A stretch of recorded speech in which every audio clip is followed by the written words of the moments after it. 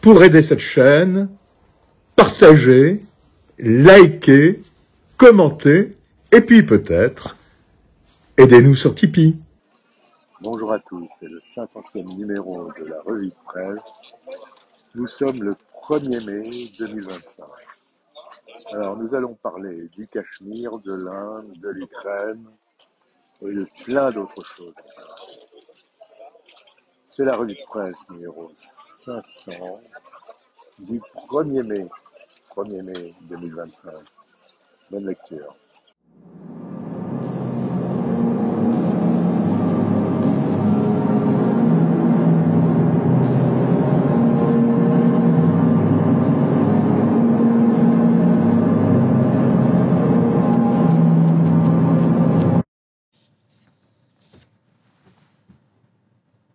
Fallait une victoire concrète pour le 100e jour de Donald Trump à la Maison-Blanche. Le président des États-Unis veut marquer l'histoire comme faiseur de paix et champion du deal.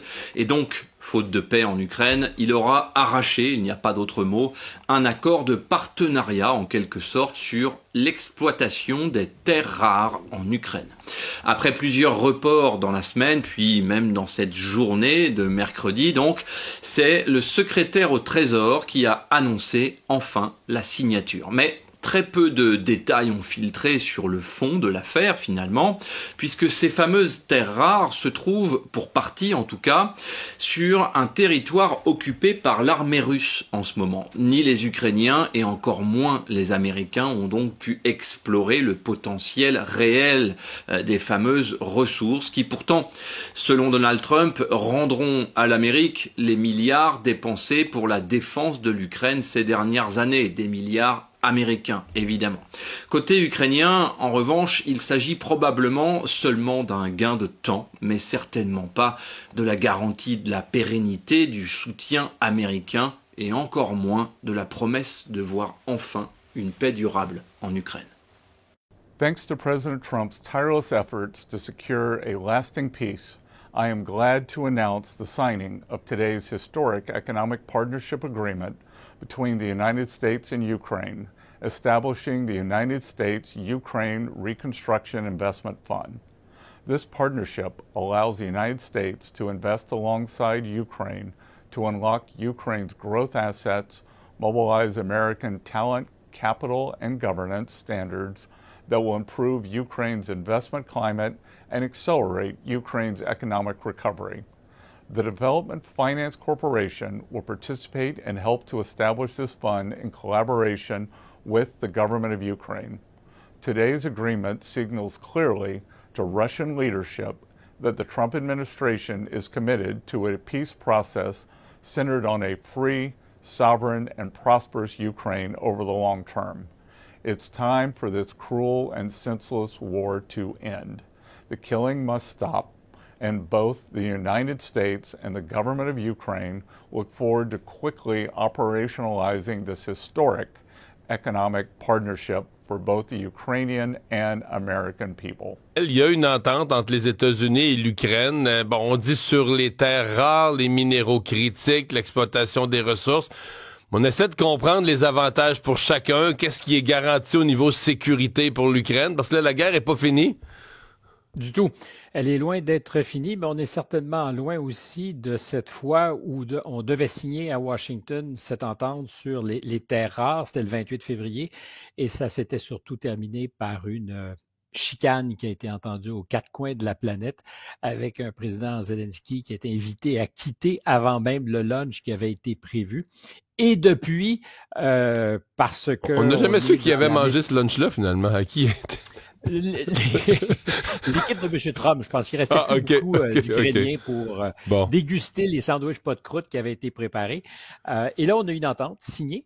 Première constatation, ni M. Zelensky ni M. Trump sont sur la photo. Donc, c'est Scott Bessent, qui est le secrétaire au Trésor, qui en ce moment est en ascension en termes de personnage d'influence autour du président, sur les questions commerciales, évidemment, sur les avertissements qui auraient été lancés en coulisses au président. Est-ce qu'il a besoin d'être averti? Bien, sur le marché obligataire, les possibles risques de dérape. Donc, un personnage de plus en plus influent qu'on voit de plus en plus aussi. C'est un des premiers qui avait été envoyé d'ailleurs en Ukraine pour commencer à paramétrer cette entente qui était revenue bredouille. Et le président avait dit, on n'arrivera jamais à s'entendre avec les Ukrainiens. Or, c'est signé. Qu'est-ce qu'on y retrouve? Parce que là, il faut se fier à la parole de ceux qui ont signé. La vice-présidente ukrainienne, M. Bessent, on n'a pas vu le détail de l'entente. D'abord, c'est pas une entente sur les terres rares et les minerais critiques. C'est ça, à terme. Mais évidemment, avant qu'on les exploite, ça va prendre des années et peut-être plus que des années, des décennies, parce qu'il faut faire du repérage, des essais géologiques. Les États-Unis et l'Ukraine ont signé un accord sur les minéraux impulsé par le président américain Donald Trump. Cet accord donne à Washington un accès préférentiel aux ressources naturelles de l'Ukraine et finance des investissements dans la reconstruction de l'Ukraine. En vertu de cet accord, Kiev conservera la pleine souveraineté sur ses propres terres rares et ne sera pas tenu de rembourser une quelconque dette pour les milliards de dollars d'armes et d'autres soutiens apportés par les États-Unis. Toutefois, l'accord ne mentionne aucune garantie de sécurité pour l'Ukraine, ce que Kiev avait initialement demandé. L'accord intervient après des mois de négociations, de retard et de relations tendues. Donald Trump avait initialement exigé des droits sur les minéraux ukrainiens en guise de compensation pour les armes américaines envoyées par l'ex-président Joe Biden. Bonjour Dimitri, bonjour aux travailleurs. Vincent, Donald Trump le tient enfin son deal avec les Ukrainiens. Washington et Kiev ont scellé cette nuit un partenariat pour l'accès aux ressources ukrainiennes. Dans cette affaire de mine, on y voit aussi clair qu'un aveugle au fond d'un tunnel. D'ailleurs, toute la guerre en Ukraine est un théâtre d'ombre. À Moscou comme à Kiev, le secret militaire cache le nombre de morts, de blessés, les mutineries, les désertions. Le secret d'État couvre les crimes de guerre, qu'il s'agisse de terrorisme ciblé ou de massacres aveugles, et les énormes mensonges de la propagande diffusée en permanence finissent par contaminer les dirigeants eux-mêmes. L'accord sur les minerais, longuement négocié entre Américains et Ukrainiens, devait être conclu il y a 2 mois, quand Volodymyr Zelensky a été reçu dans le bureau ovale. La scène de ménage planétaire à laquelle on a assisté a différé sa signature. L'Ukrainien a claqué la porte, les diplomates ont repris leurs palabres. Les retrouvailles samedi dernier à Saint-Pierre-de-Rome entre Volodymyr Zelensky et Donald Trump, auquel toute la planète a assisté médusée, ont rendu la signature urgente. Elle prouve que les deux hommes sont tombés d'accord et elle démontre la bonne volonté de Kiev. Alors justement, sur quoi les Ukrainiens et les Américains se sont-ils mis d'accord? Sur 2 points essentiels. D'abord, les Ukrainiens ne reconnaissent aucune dette envers les Américains. Donald Trump avait réclamé les terres rares en échange des dizaines de milliards de dollars déversés depuis 3 ans. Il n'en est plus question. Ce qui est prévu, c'est un fonds d'investissement pour la reconstruction de l'Ukraine qui sera financé et géré par les 2 pays. Secondo, on ne parle plus de garantie de sécurité américaine face à la Russie. C'était pourtant un point que Volodymyr Zelensky jugeait décisif. Au final, donc, l'Ukraine est souveraine autant qu'elle est seule. Elle n'a pas de dette envers l'Amérique, mais l'Amérique ne lui fournit aucune assurance. Plus de passé, plus d'avenir garanti. Voilà le deal. Bon, Vincent, que penser de cet accord? Sur le papier, cette logique se tient. Dans la réalité, le pari paraît hasardeux. D'abord, on ne sait pas vraiment ce qu'il y a dans le sous-sol ukrainien. Le dernier travail de cartographie remonte aux années 70. Il a été mené par des soviétiques et c'est dans le Donbass, conquis par les Russes, qu'ils ont repéré les fameuses terres rares, cet ensemble de 17 métaux indispensables aux smartphones, aux éoliennes, aux voitures électriques, dans l'aéronautique, dans l'armement, bref, au monde moderne. L'Ukraine posséderait 5% des réserves mondiales, en plus du lithium, du cobalt et du nickel, tout aussi abondant et tout aussi recherché. C'est ça le trésor convoité par Donald Trump. Sauf que les terres rares, c'est précieux, mais il y en a aussi en Californie ou en Suède et un peu partout dans le monde. Donc aucun risque de pénurie. Leur intérêt géopolitique en est donc réduit. Sur le plan industriel et financier maintenant. La question aussi se pose car exploiter une mine exige de lourdes infrastructures, beaucoup d'énergie, des voies ferrées, de l'eau douce, s'il faut procéder à la transformation en tout cas, tout ce qui fait défaut dans l'Ukraine dévastée. Le journal Les Échos parlait hier d'un fantasme américain à propos des réserves minières de l'Ukraine comme du Groenland.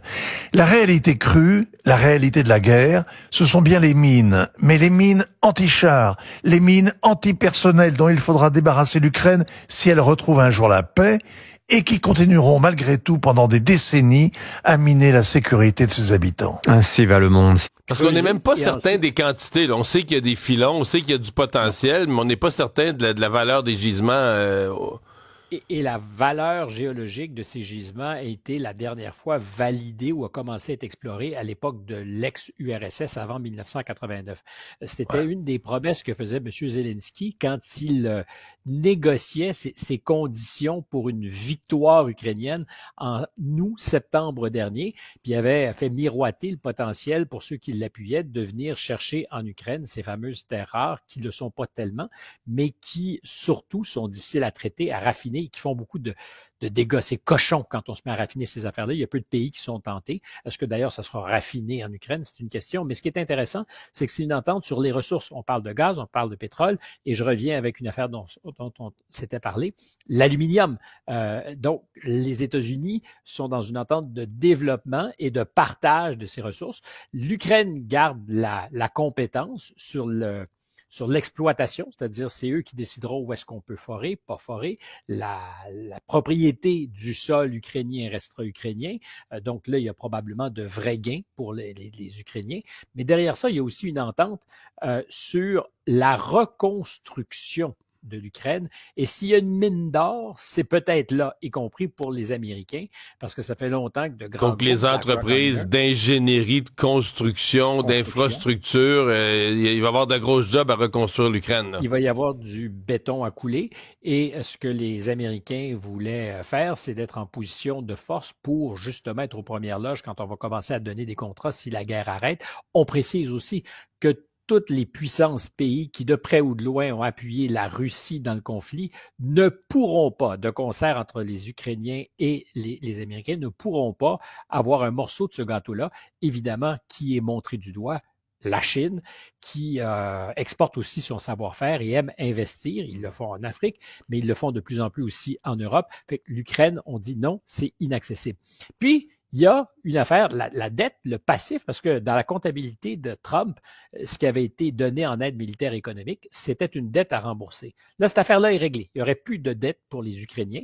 Du point de vue du discours politique de Trump, ça lui permet de se retourner et de dire, regardez, on a un deal, puis ce deal-là va nous donner accès à du tangible. On va se rembourser. Quand et comment, on ne le sait pas, mais ça règle la question. Maintenant, il dit, c'est plus des cadeaux qu'on a faits, on va avoir un retour sur notre investissement. Puis ça pourrait devenir aussi une espèce de cache-sexe pour le président s'il décidait d'aider militairement les Ukrainiens qui n'ont pas une scène à dépenser en ce moment. Ils sont cassés, évidemment, on le comprend.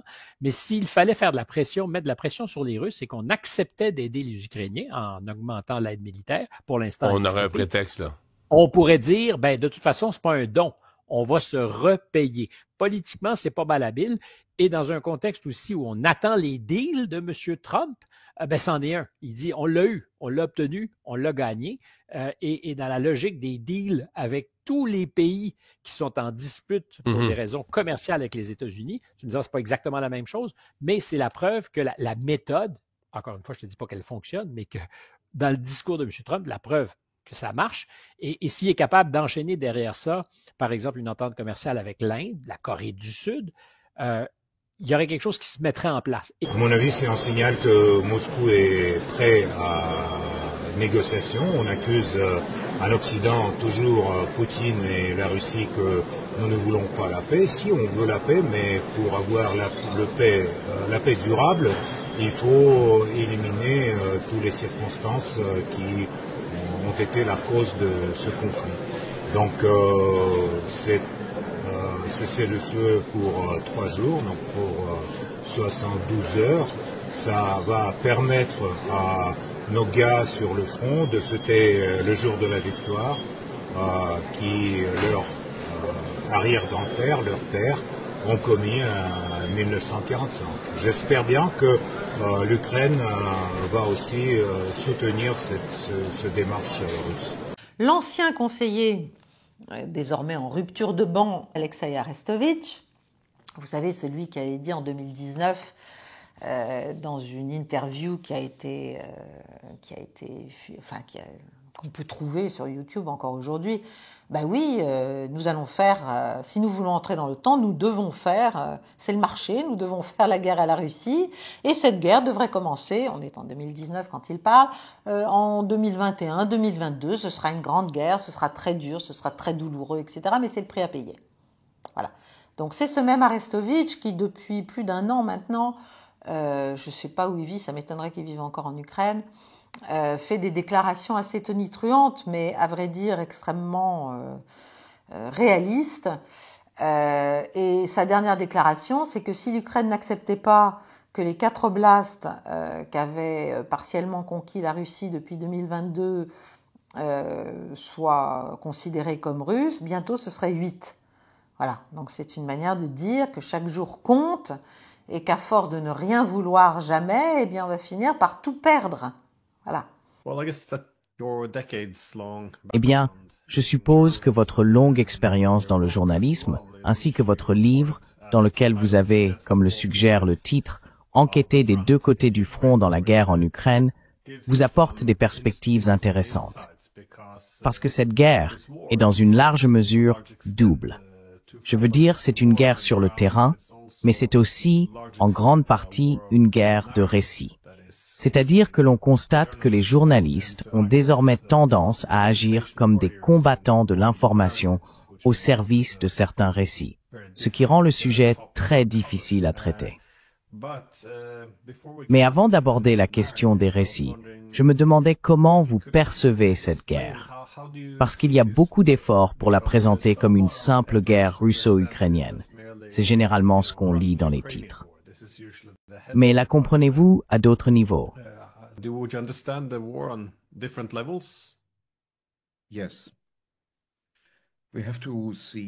Oui, oui. Nous devons considérer cette guerre à 3 niveaux. Tout d'abord, il y a le conflit militaire le long de la ligne de front de 1300 km. Le deuxième niveau est la guerre économique mondiale contre la Fédération de Russie, avec plus de 29 000 sanctions contre la Russie.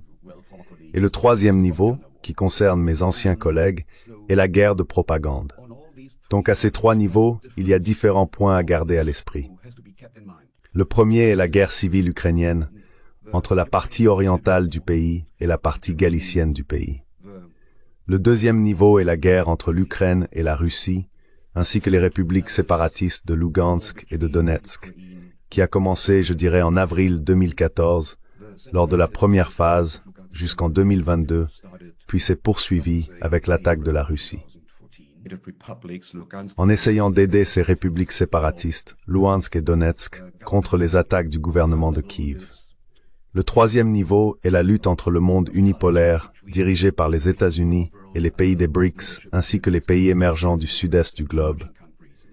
Le quatrième est la guerre économique entre l'Occident collectif et toutes les autres régions du Sud global. Et le dernier niveau est une lutte des classes à l'intérieur des pays occidentaux, les élites contre leur propre peuple. Car dans cette guerre, il y a un transfert de richesses et de moyens économiques des travailleurs vers les élites économiques, et de l'Europe vers les États-Unis.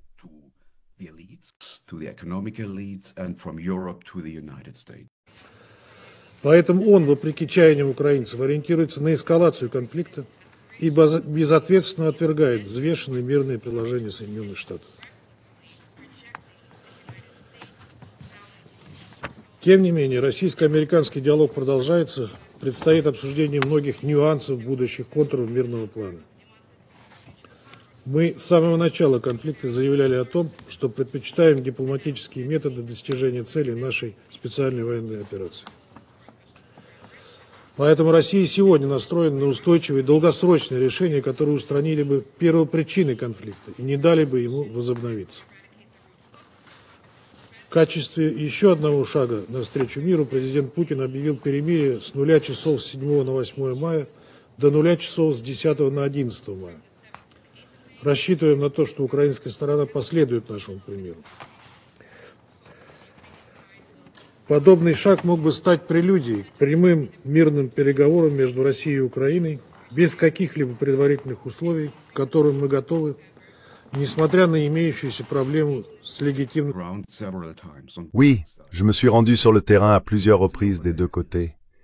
Et ce que l'on constate là-bas, c'est que la réalité sur le terrain est bien souvent différente de la couverture médiatique en Occident, notamment en Allemagne et probablement aussi en Norvège. Les troupes russes progressent de plus en plus, pas à pas, très lentement. Et ce que la plupart des planificateurs militaires occidentaux ne comprennent pas, c'est que l'armée russe ne cherche pas à conquérir des zones ou des territoires. Elle veut détruire l'ennemi. Et c'est exactement ce qui s'est passé dans la région de Koursk, dans la partie centrale de la ligne de front avant Donetsk, ainsi qu'à Bakhmout. Nous comprenons que Washington souhaite obtenir un succès rapidement. Dans le même temps, nous comprenons que les causes profondes de la crise ukrainienne sont trop complexes pour être résolues du jour au lendemain. Il y a de nombreuses nuances à prendre en compte. J'ai l'impression que la négociation directe entre les États-Unis et la Russie se poursuit, que la Russie n'a rien abandonné de ses exigences. Vous vous souvenez que la semaine dernière, le 17, à Paris, il y avait eu des grandes réunions, n'est-ce pas, où les envoyés américains Kellogg et Witkoff, donc les deux lignes, avaient présenté aux Ukrainiens, mais aussi aux Anglais, aux Allemands, je crois, et bien sûr aux Français qui accueillaient leur plan de paix, le plan de paix américain. Puis l'envoyé spécial de Poutine est allé à Moscou le 25 avril, pendant 3 heures, à l'occasion d'un anniversaire symbolique, très symbolique, puisque c'est celui d'un moment finalement de convergence entre les États-Unis et l'Union soviétique d'alors. C'était l'anniversaire, le 25 avril 1945, de la rencontre entre les troupes soviétiques et les troupes américaines sur l'Elbe. Bon, il y a toujours... Voilà, la partie symbole est toujours très importante côté russe et les Américains se sont prêtés au jeu. En tout cas, ce fameux plan présenté à Paris, il a été rejeté immédiatement par Zelensky. Vous savez que c'est un plan qui propose que l'Ukraine reconnaisse la Russie, qu'elle n'entre pas dans l'OTAN, mais on ne sait pas comment ce sera garanti, que l'Ukraine reconnaisse, non pas la Russie, la Crimée de jure comme étant russe, les 4 oblasts de facto, voilà, dans la partie qui est contrôlée, et c'est là-dessus que ça achoppe avec la Russie évidemment. Mais la Russie, elle a été beaucoup plus habile, donc Zelensky a tout de suite refusé le plan, les Européens n'en parlont pas, il ne faut pas faire pression sur l'Ukraine, il faut... voilà, on nage en pleine irréalité de toute façon du côté européen, mais bon, que faire? Les Russes, ils ont été habiles, ils ont dit, bon, on n'est pas d'accord avec ce plan, mais c'est une base de discussion. On est évidemment contre la mise en place d'une coopération militaire européenne avec l'Ukraine. On est évidemment contre ce qu'avait aussi proposé le plan, le contrôle par les Américains de la centrale de Zaporojié. Bien sûr, la question des territoires. Enfin bon, voilà, il y a plein de choses sur lesquelles ils ne sont pas d'accord, mais ils n'ont pas refusé le plan. Ils ont dit, on continue à discuter. Donc on voit bien que Trump voudrait pouvoir annoncer un accord. Il n'a pas pu le faire pour ces 100 jours là qui viennent d'être célébrés. Mais pour ça, il doit mettre clairement au pas Zelensky et les Européens. Alors, il a eu, et aussi bien sûr, sa frange de néoconservateurs maison, si j'ose dire. Donc les Kellogg et compagnie. And in the middle part of the front line before Donetsk and in Bakhmut as well. Ainsi, la Russie progresse et le temps joue en sa faveur. Aujourd'hui, j'ai lu qu'un conseiller principal du Kremlin a évoqué les régions autour d'Odessa et de Kharkiv. Il a dit que ces populations devraient prendre leur destin en main. Et cela signifie que la Russie conservera toutes les zones d'Ukraine actuellement occupées. Et dans la partie centrale de l'Ukraine, ils souhaitent une sorte de zone neutre, où ils veulent organiser des référendums pour laisser les gens décider de ce qu'ils veulent, s'ils veulent s'aligner avec l'Ouest ou l'Est. Et je suis convaincu que les habitants de Kharkiv et d'Odessa, par exemple, voteront majoritairement pour un retour à la Russie.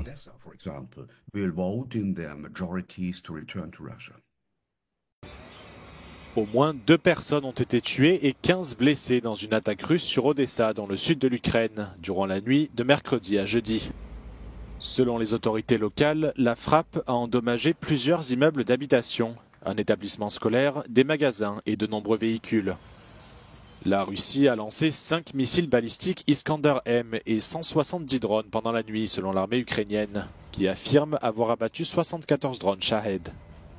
Les régions ukrainiennes de Kharkiv, Soumy, Donetsk et Kiev ont également été touchées, mais aucune victime n'y a été signalée. Par ailleurs, le journal Kyiv Post rapporte que le président américain Donald Trump aurait approuvé une vente d'armes à l'Ukraine d'un montant de 50 millions de dollars, alors que toutes les livraisons militaires précédentes avaient été effectuées à titre d'aide de la part des États-Unis.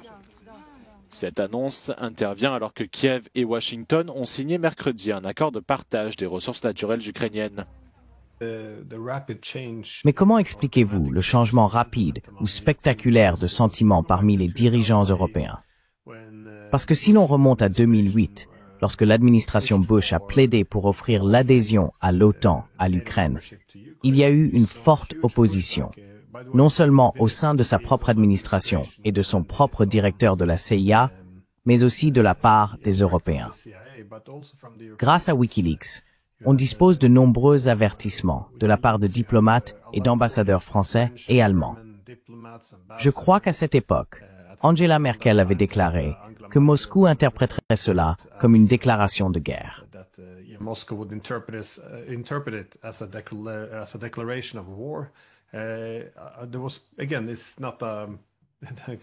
Encore une fois, il n'est pas contesté que les Européens ont vraiment essayé de résister. Et ils ont finalement abouti à ce compromis où, nous offrirons une adhésion future. Mais nous ne leur proposerons pas de plan d'action pour l'adhésion. Donc, ils ne fixent aucun calendrier. Mais si l'on part de ce point jusqu'à aujourd'hui, où, même si la guerre a été perdue, les Européens refusent de retirer l'élargissement de l'OTAN de la table, alors que le rétablissement de la neutralité de l'Ukraine devrait être la base de tout accord de paix acceptable. Pourtant, ce que nos propres dirigeants disaient il y a seulement quelques années est désormais dénoncé comme de la propagande russe. Comment expliquer ce changement radical de la part des Européens? S'agissant de l'Ukraine en général, hier soir, lors d'une nouvelle intervention nocturne, Zelensky a lancé un ultimatum à la Fédération de Russie. Cela ne ressemble pas et ne sonne pas comme un ultimatum, mais si l'on ressemble toutes ces déclarations de ces 2 derniers jours, on obtient la situation suivante. Je vous rappelle que la partie ukrainienne a un besoin vital d'obtenir une trêve de 30 jours. La partie ukrainienne espère que cette trêve de 30 jours pourrait suffire à l'Ukraine pour procéder à une réorganisation, mobiliser des forces supplémentaires et obtenir éventuellement des armements, voire introduire sur le territoire ukrainien des contingents de pays européens. C'est une mesure extrêmement nécessaire, une situation extrêmement nécessaire pour l'Ukraine et Zelensky. Et la partie russe n'est pas d'accord avec cela car elle déclare qu'à l'heure actuelle, il n'existe aucun mécanisme réel et clair permettant de surveiller le respect de cette trêve. Et ces derniers jours, Zelensky, dans ses discours et déclarations, mentionne à plusieurs reprises le défilé à Moscou, le défilé à Moscou, le défilé à Moscou, la Russie, le défilé à Moscou, et ainsi de suite. Et l'ultimatum en soi se résume au fait que Zelensky place la Fédération de Russie devant un choix. Du moins, il tente de présenter les choses ainsi. Soit la partie russe accepte une trêve de 30 jours qui commence ici et maintenant, aujourd'hui le 30 avril, et dans le cas où la partie russe Russes refusent, alors la partie ukrainienne se réserve le droit de porter un coup à la Fédération de Russie le jour de la victoire, c'est-à-dire entre le 8, le 9 et le 10 mai. Je pense que les dirigeants politiques en Europe, surtout en Allemagne, ont perdu le contact avec la réalité et vivent dans leur propre bulle. La raison en est que nous avons une nouvelle génération de politiciens qui n'ont aucun souvenir de la guerre. Ils ne comprennent pas ce qu'est la guerre. Ils la traitent comme un jeu vidéo ou quelque chose du genre. Ils ne savent pas ce que la guerre signifie réellement. Ces personnes ont fait carrière en étant étroitement liées à des organisations transatlantiques. Ils ne sont pas bien éduqués et n'auraient pas pu faire carrière dans des entreprises économiques, dans le théâtre ou ailleurs. La politique est le seul moyen pour eux d'avoir une carrière sans une bonne éducation. Ainsi, la carrière de ces personnes est liée à des organisations transatlantiques comme le German Marshall Fund, l'Atlantic Brook, les Young Global Leaders ou les fondations Soros, les fondations du milliardaire George Soros, comme la Renaissance Foundation, et ainsi de suite. Il n'y a pas de processus de négociation véritable entre Poutine et Zelensky. Ça reste un jeu à trois, avec d'un côté Witkoff, Poutine et faisant la liaison avec Trump, et de l'autre Poutine et Zelensky discutant en direct. On y reviendra, on l'a vu au Vatican il y a quelques jours. Je pense que, pour répondre à ta première question, Donald Trump avait avancé, tant qu'il était candidat, le fait qu'il réglerait la crise ukrainienne en 24 heures. C'était une boutade, mais après en 100 jours. Les 100 jours sont écoulés, il n'y est pas parvenu. Il y a de nombreuses raisons à cela, et je pense effectivement que il a des objectifs très précis en matière de réindustrialisation, d'action internationale, notamment vis-à-vis de la Chine. Et donc le boulet que représente la crise ukrainienne sur son budget et sur son blocage dans le rapprochement avec la Russie sur un certain nombre de points qui sont essentiellement économiques, finalement lui déplaît, et il me semble bien près de passer la main. Je crois que ce ne sont pas des menaces en l'air, et qu'il y a derrière ça une vraie volonté. Maintenant, est-ce qu'il pourra le faire? Parce qu'on mesure que de plus en plus un certain nombre d'acteurs américains sur le terrain, notamment la CIA, semblent tout à fait opposés à cette politique et semblent même faire en partie du contre-jeu. La méfiance et la défiance vis-à-vis des Occidentaux est maximale. Rappelons quand même que pendant son premier mandat, Trump a largement permis et facilité l'armement de l'armée ukrainienne en prévision finalement de ce qu'elle allait suivre. Rappelons qu'il est arrivé au pouvoir en 2016, que depuis 2 ans à cette date, les Ukrainiens menaient déjà régulièrement des bombardements et des opérations dans le Donbass, que on se disait bien que peut-être les Russes réagiraient un jour, donc il fallait continuer à armer à la fois ces forces armées ukrainiennes contre les Russes éventuellement, mais aussi contre le Donbass, puisque toute une série d'unités militaires, les oblasts russophones, avaient fait défection avec armes et bagages. Et puis, n'oublions pas toujours de cette stratégie américaine qui est celle finalement qu'on avait observée en 78, depuis 78, lorsque Brzezinski était conseiller pour la sécurité de Carter, puisqu'il avait à l'époque poussé la CIA et le président Carter à financer l'opposition au régime de Kaboul, qui était le régime communiste de Babrak Karmal, en espérant bien sûr créer le trouble et pousser les Russes à l'intervention pour les piéger en Afghanistan.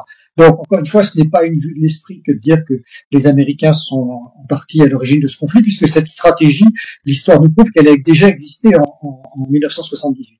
À partir de ce moment-là, il est légitime que les Russes soient tout à fait méfiants des engagements, d'attitudes non seulement des Américains et de Trump. Et puis, on oublie que pendant la campagne présidentielle, Poutine a déclaré à plusieurs reprises que finalement, que ce soit Trump ou Kamala Harris, ça ne changeait pas grand-chose pour lui. Et finalement, je pense qu'il est tout à fait prêt à négocier pour ne pas avoir la politique de la chaise vide vis-à-vis des avances qui lui sont faites par les Américains. Mais il n'est absolument pas convaincu que les engagements que prennent ses interlocuteurs seront durables. Et puis, je pense qu'il a aussi conscience que le temps joue plutôt pour lui. Il n'y a pas longtemps a eu lieu une rencontre des ministres des Finances et des directeurs des banques centrales des pays des BRICS, qui, conformément aux instructions données au sommet de Kazan, ont examiné la possibilité de créer des systèmes de paiement indépendants. L'objectif a été fixé et notre document final d'aujourd'hui constate la nécessité de poursuivre ces travaux, d'utiliser de manière plus active les devises nationales dans les échanges commerciaux mutuels. Les devises nationales sont déjà utilisées à plus de 65% dans les échanges entre les membres des BRICS, tandis que la part du dollar a chuté de 1,3% dans ce contexte. Il a été décidé de créer des instruments et des plateformes de paiement, d'étudier des questions comme la création d'un système de paiement transfrontalier et d'un système dépositaire électronique des BRICS, appelé BRICS Clear, ainsi que la création d'un mécanisme commun d'échange d'informations commerciales et économiques. Des canons, des avions de chasse et plus de 13 000 civils et militaires mobilisés pour une parade géante dans les rues de Ho Chi Minh-Ville. Le Vietnam célèbre en grande pompe les 50 ans de la chute de Saigon, l'ancien nom de la ville. Le 30 avril 1975, à l'issue de combats acharnés, le régime pro-américain du Sud en perd le contrôle au profit du Nord communiste. L'événement marque la fin de 3 décennies de guerre pour le pays, qui allait ensuite sceller sa réunification sous l'égide d'un parti communiste toujours au pouvoir depuis. La principale histoire que le Parti communiste veut raconter est celle d'une réussite, celle de 5 décennies de coexistence pacifique. Et il faut le reconnaître, la réunification que le parti a opérée est dans l'ensemble une réussite. Pour appuyer sa rhétorique, le Parti communiste a placé en tête de cortège le portrait du leader révolutionnaire Ho Chi Minh, l'un des pères de la nation. Particularité du défilé cette année, la présence pour la première fois de soldats chinois. Avec cette invitation, le Parti communiste vietnamien témoigne de sa reconnaissance envers la Chine, dont 300 000 hommes ont participé à la guerre du Vietnam. 2 semaines après la visite du président Xi Jinping à Hanoï, la capitale, le régime entend aussi faire passer un message à Pékin.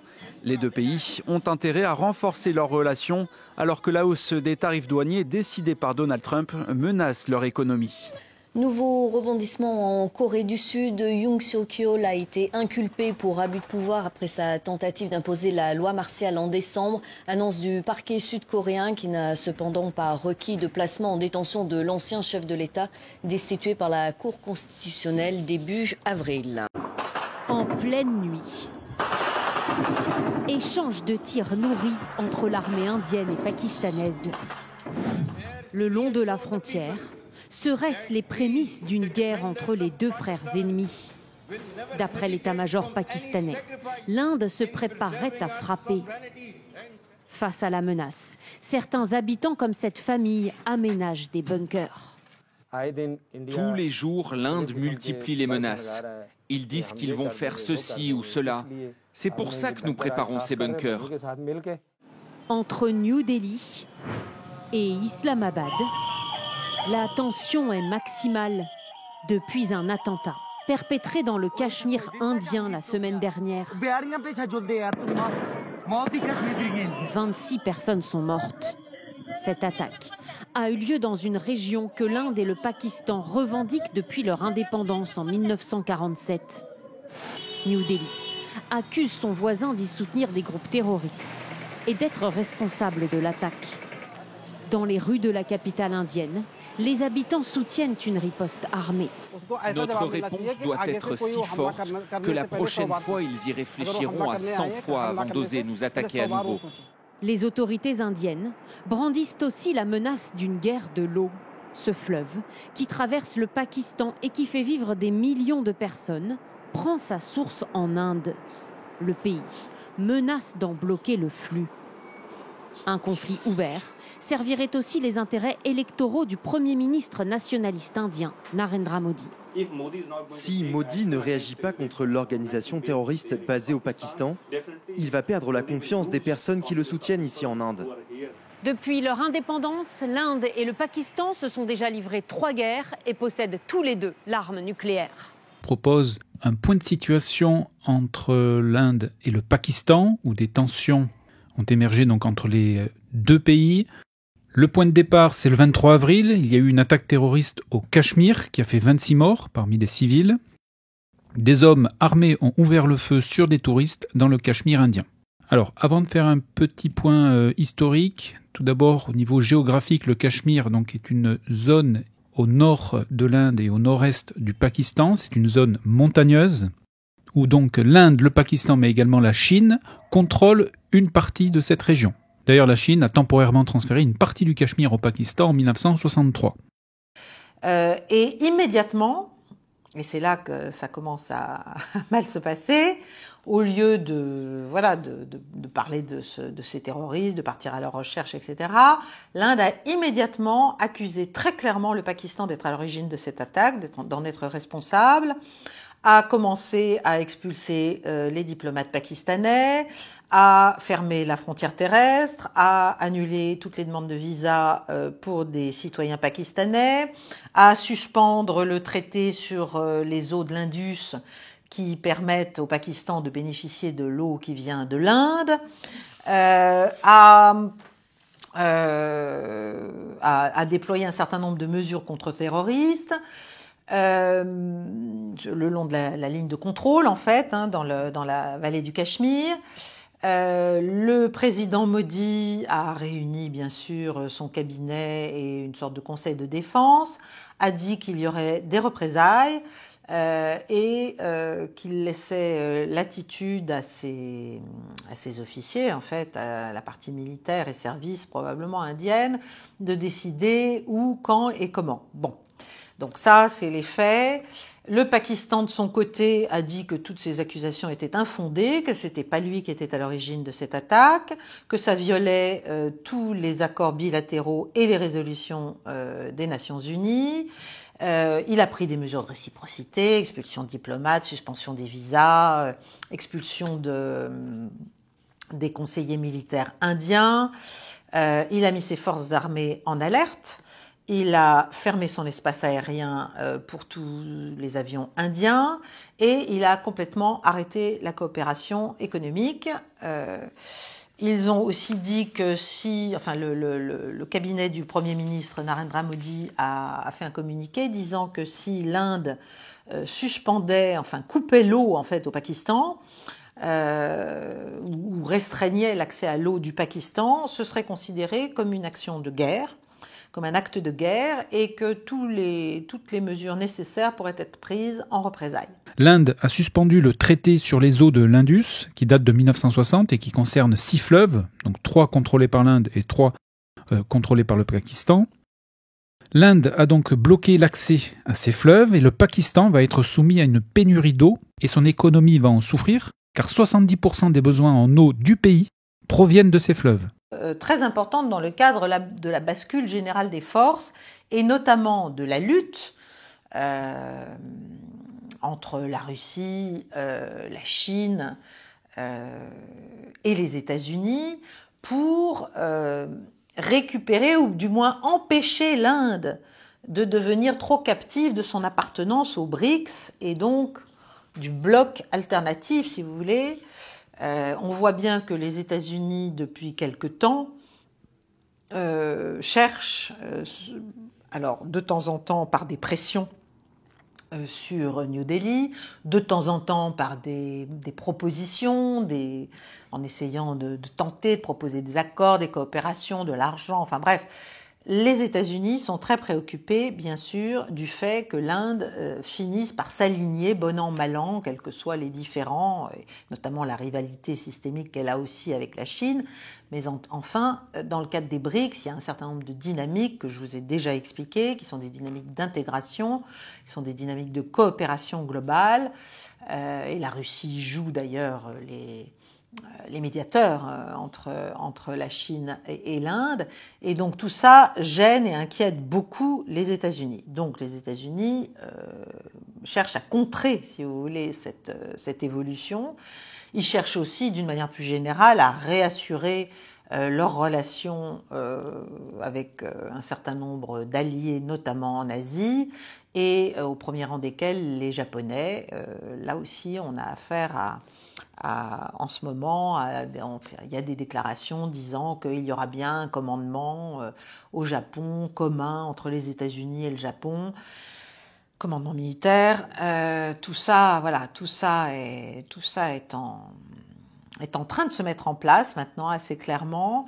Et ça se met aussi en place parce que comme Trump, c'est une petite digression sur le Japon, mais comme Trump a lancé sa guerre des tarifs, assez maladroitement certes, même si c'est pour une part pour de bonnes raisons, eh bien on a vu quand même les Japonais, les Chinois et les Sud-Coréens, je vous en ai déjà parlé je crois dans une ancienne mondoscopie récente, se parler et chercher des contre-mesures, chercher comment faire face à cette offensive américaine.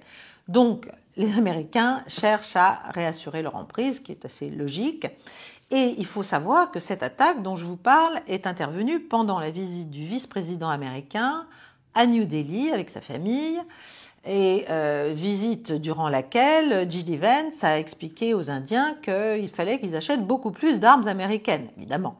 Et toujours côté pakistanais, il y a eu un redéploiement d'avions de combat sur plusieurs bases aériennes, donc que je vous propose de découvrir ici. Alors tout d'abord la base aérienne de Noor Khan, ici qui se situe donc à Islamabad. Une autre base aérienne dans le nord du Pakistan, donc Saïdou Sharif. Et également une base aérienne au Cachemire pakistanais, plus précisément la base aérienne de Quadri. Donc il y a un redéploiement d'avions de combat sur ces bases, notamment des JF-17, donc ce sont des chasseurs de conception chinoise et en service dans l'armée pakistanaise. Et il y a également un redéploiement de troupes au sol, avec notamment des chars de combat à la frontière avec le Cachemire. À quoi joue l'Inde, si vous voulez? À quoi joue l'Inde après cette attaque? Est-ce qu'elle n'est pas en train de surréagir ou de chercher à exploiter cet événement, sachant qu'il y a d'autres mouvements terroristes et séparatistes en Inde, sachant que le Cachemire est donc, il y a 3 zones en fait sous contrôle du Pakistan, de l'Inde et de la Chine, sachant que la Chine et le Pakistan coopèrent, sachant que donc les Américains qui étaient très très alliés au Pakistan, il faut se souvenir de ce qui s'est passé après le 11 septembre 2001 où le Pakistan est devenu un allié stratégique des États-Unis dans sa guerre contre la terreur, dite contre la terreur. Là, il y a un shift, ce qui inquiète beaucoup les Pakistanais, d'autant que, alors ce sont des puissances nucléaires, l'Inde et le Pakistan, mais évidemment l'Inde est infiniment plus puissante à tout point de vue que le Pakistan, économiquement, militairement. Il faut savoir qu'au Cachemire, entre les forces de sécurité, les forces militaires et les forces de police, il y a à peu près 700 000 hommes, 700 000 Indiens dans le Cachemire, la partie du Cachemire contrôlée par l'Inde, donc c'est un territoire surmilitarisé, ce qui veut dire que si une attaque intervient, c'est quand même un échec aussi politique pour le gouvernement et pour Narendra Modi, et que donc il peut avoir intérêt à vouloir réagir, si vous voulez, de manière forte. On est dans une situation d'escalade, en fait, pour l'instant, et peut-être que Modi est en train, c'est d'ailleurs ce que les Pakistanais disent, ils disent que c'est un false flag et que ça va servir, en fait, à Narendra Modi à prendre des mesures radicales, des mesures qui démontrent sa bonne volonté vis-à-vis des États-Unis, mais aussi à resserrer son emprise interne et son emprise même régionale. C'est un village, comme il en existe tant d'autres en Roumanie. Saachitz, 1500 habitants, peu d'infrastructures, une pauvreté tenace et des perspectives d'emploi quasi nulles. Un terreau fertile pour le vote protestataire. Ici, les habitants ont massivement voté en faveur de Călin Georgescu, le candidat d'extrême droite pro-russe lors de la première présidentielle. J'ai soutenu Georgescu car il a dit qu'il créerait des emplois pour que nous puissions travailler dans notre pays et non à l'étranger, qu'il offrirait le transport et tout le reste. Si nous continuons à partir à l'étranger, comment pourrons-nous vivre ici ? Dans une Roumanie rurale déjà méfiante envers le pouvoir central, l'annulation du scrutin de novembre dernier pour ingérence russe a jeté un froid. À Saachitz comme ailleurs, les électeurs sont déboussolés. Leur favori Călin Georgescu, écarté de la course, a tenté un pari risqué, s'allier avec George Simion, un autre candidat radical, populiste et anti-système. Mais ce nouveau visage séduit moins et dans les campagnes le doute s'installe. Le problème, c'est que Simion est trop jeune. À son âge, on ne peut pas diriger un pays où nous sommes si éparpillés. Probablement que si Călin Georgescu avait mis un autre homme que Simion, je pense qu'il aurait eu plus de chance. Pourquoi ? Simion fait beaucoup parler de lui et les gens ont changé d'avis. Ils trouvaient davantage de qualité chez Călin Georgescu. Moins charismatique, plus clivant, George Simion peine à convaincre certains électeurs. Peut-être parce qu'il revendique sans détour sa proximité idéologique avec Donald Trump.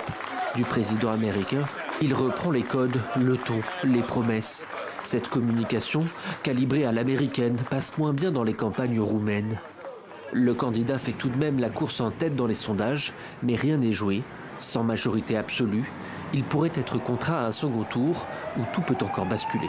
Sur RTL, l'Angléco, François Langlais, c'est un peu le retour vers le futur avec vous ce matin, car il faut se préparer, vous nous le dites, à l'arrivée des robots travailleurs. Et pour eux, pas de 1er mai, François, pas de jour férié. Non, peut-être le 1er mai, ça sera leur fête, parce que ce seront eux qui travailleront pour nous. Et on se souviendra avec nostalgie des manifestations du 1er mai, du temps où c'était une fête humaine. Alors, on n'en est pas là, mais la population de robots industriels dans le monde ne cesse de grossir. Elle doit approcher aujourd'hui les 5 millions d'individus, et c'est plus 10% par an. Ça représente la population active d'un pays comme le Portugal. Citibank prévoit qu'il y en aura en 2040 650 millions sur la planète. Là, pour le coup, ça serait pas loin de la population active de la Chine. C'est justement la Chine qui fait la course en tête aujourd'hui dans ce domaine. En 2023, elle a installé 270 000 robots. C'est la moitié des naissances, si je puis dire, dans le monde. Suivent le Japon et la Corée du Sud. L'Europe est bien derrière, la France en particulier, où cette année-là, on a installé moins de 6500 machines. Mais que sont-ils capables de faire, ces robots ?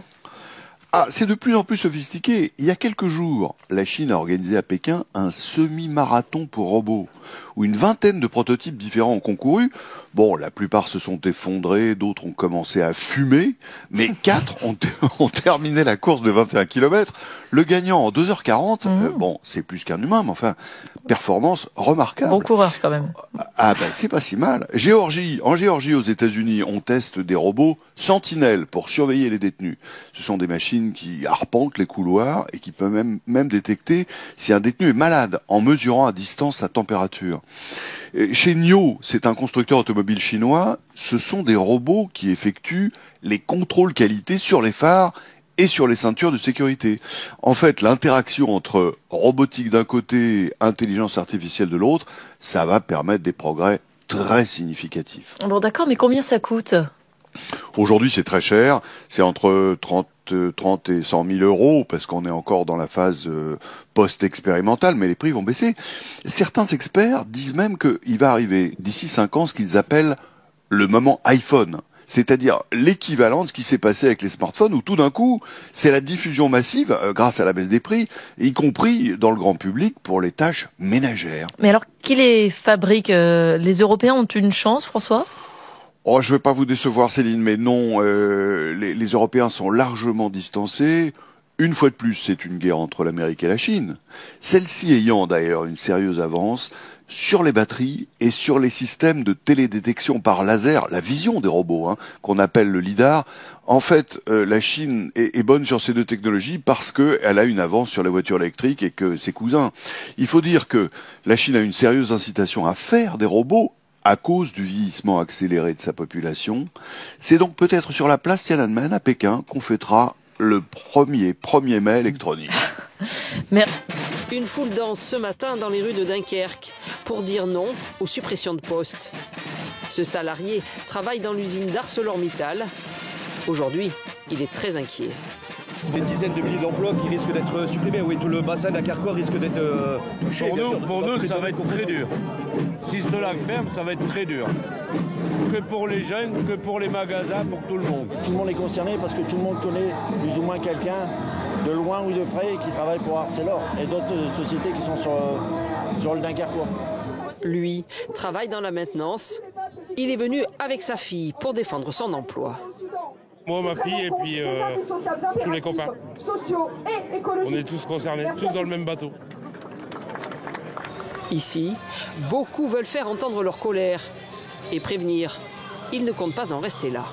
1, 2, 5, 10 bus, il faut 20 bus. On monte à Paris avec l'ensemble de la sidérurgie française et on va montrer ce qu'on sait faire. Plus de 600 postes sont en jeu en France, dont près de 300 à Dunkerque. Alors, les habitants redoutent les effets en cascade. On commence par 300 et puis après, on ne sait pas où ça va s'arrêter. C'est énorme. Les conséquences vont être catastrophiques. Et c'est que le début, il y a d'autres entreprises. Si on laisse faire ça, d'autres entreprises suivront le même modèle. Pour ce Dunkerquois venu au défilé en soutien, la solution ne peut être que politique. Quand ça ne va pas, quand l'actionnaire ne fait pas son travail, eh ben c'est simple, il faut nationaliser, ne serait-ce que provisoirement. Plusieurs ténors de la gauche, présents ce matin, soutiennent aussi l'idée d'une nationalisation. En attendant, de nouveaux rassemblements et des blocages sont déjà prévus pour cet été.